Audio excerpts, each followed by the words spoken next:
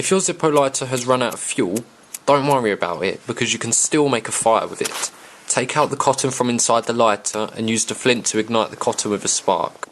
Carry some aluminium foil in your bug out bag. The reason for this is if the ground is damp and you can't get a fire going because Mother Nature hates you that day, lay out the tin foil and you'll have an instant dry platform to build your fire.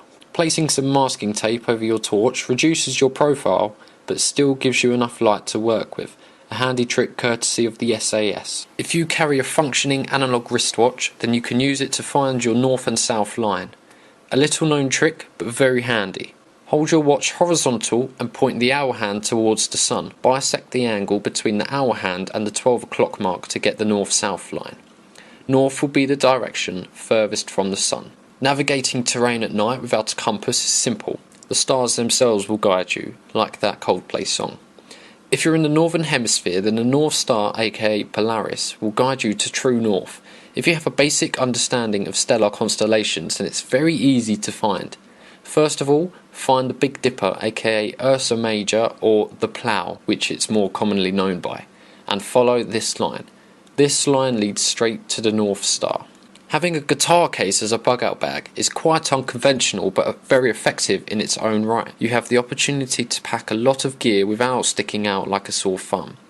No one's going to pester and beg a guy for supplies if they think he's just a loser carrying around a guitar. If you can't afford stab-resistant vests or sappy plates, homemade ballistic protection can be made with carbon steel Tennant saws. Several saws combined together with duct tape can create a stab-proof, fragmentation and arrow-proof plate to put in a plate carrier. It has also been demonstrated in some cases that it will stop a .22 long rifle bullet. Household bleach can be used to purify water. The ratio of bleach to water is 2 drops of bleach to purify 1 litre of water. Toothpaste can be used to treat bug bites and insect stings. Also, gotta stay minty fresh when you're out on the trail. Tent pegs laid across 2 logs can be used as a makeshift grill. Get yourself a tin can, a thorn and some string, and you have yourself a hobo fishing kit. In wet conditions, tinder can easily be gathered by shaving off strips of the inner bark of twigs and logs. Large rocks placed around a campfire will absorb heat, and even when the fire dies down, they will still radiate enough heat to keep you warm. Also, the hot rocks can be placed in a cup of water, and the heat from the rocks will begin to boil and purify the water. If you're purifying water, say from a swamp, but it smells absolutely dreadful, add some charcoal into the water while you're boiling it, and it will remove the unpleasant smell and slightly improve the taste. The inner strands of 550 paracord are strong enough, so you can tie equipment to your bag and make shelter without using up all of your paracord. A foil blanket duct taped to the inside of a tarp shelter can massively increase the heat retention of your shelter. These are called super shelters within the survivalist community. Glow sticks should always be carried, just in case you need to be rescued. Tie 3 feet of paracord to a glow stick and swirl it round in a circle like you're at some rave hopped up on Smarties to create a 6-foot disc of light which will make it easy for rescue to spot you. A disposable raincoat, or poncho, is a very useful multi-purpose piece of equipment. Number 1, it can obviously be used as a raincoat. 2, it can be manipulated to make a makeshift shelter. 3, it can be used to create a solar still to gather and purify seawater. And 4, it can collect rainwater for drinking. But I heard that's illegal in some states in America, so unlucky. Don't rely on boiling water alone as your method of purifying water, as you may not always have the luxury of a fire. Pack water purification tablets. Barbed wire can be turned into makeshift fishing hooks. If you happen to carry pliers with wire cutters in your kit, then simply snip off the barbed wire and fashion it into a hook and attach some paracord. Never, under any circumstances, use untreated water to clean wounds. It's common sense, but I've seen a lot of people wash their wounds in a river. Also, don't submerge your hands in water if you have any cuts or lacerations.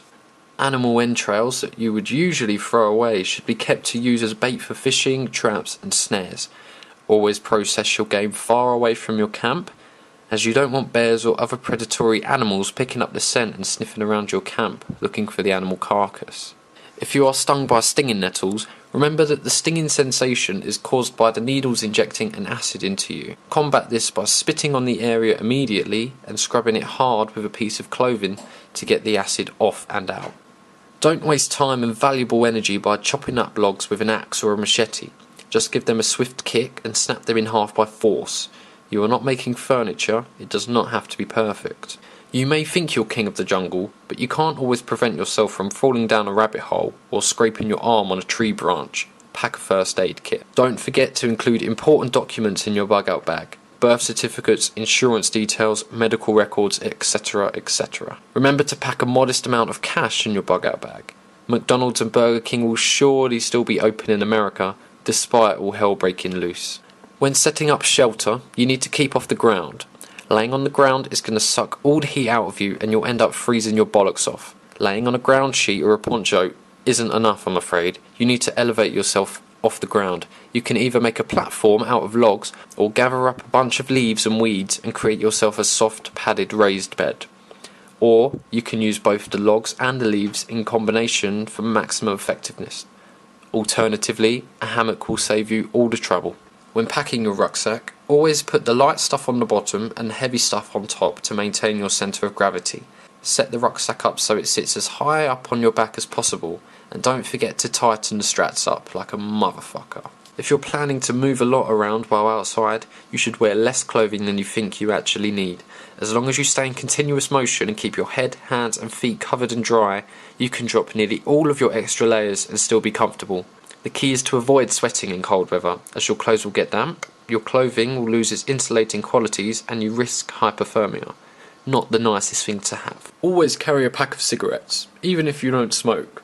Offering people cigarettes can help you make friends or calm people down if they're suffering from stress or nicotine withdrawal. Smoke is a natural insect repellent.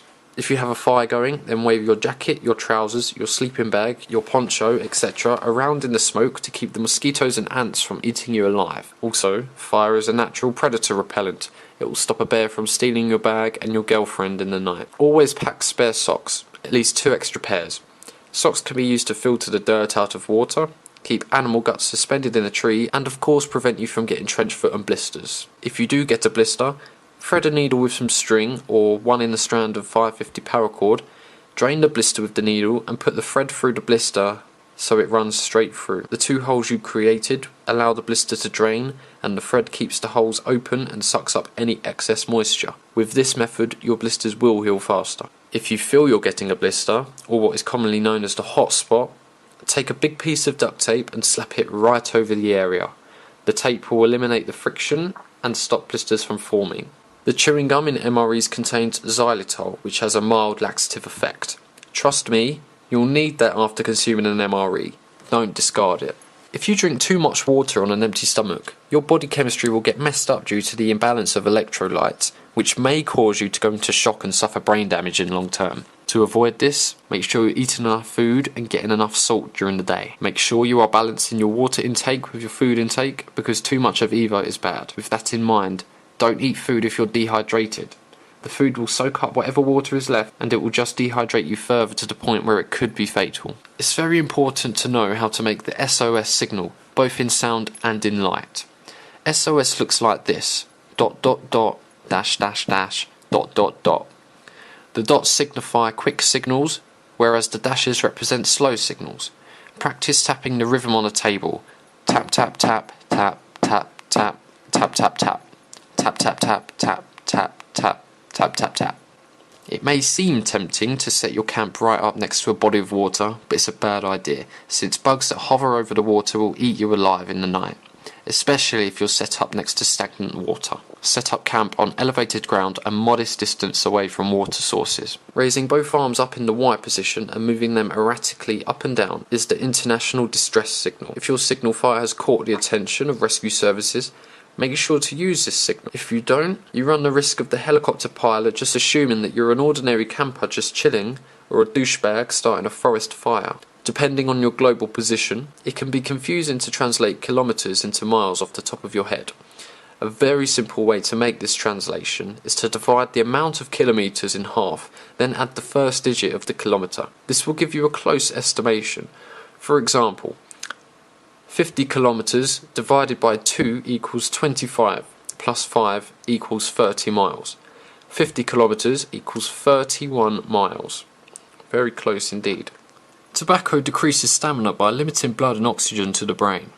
It also interferes with healing and blood clotting by destroying the platelets in your blood.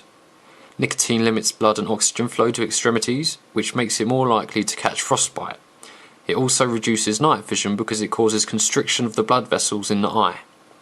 It also inhibits marksmanship because nicotine causes fine muscle tremors, which reduces stability and weapon accuracy.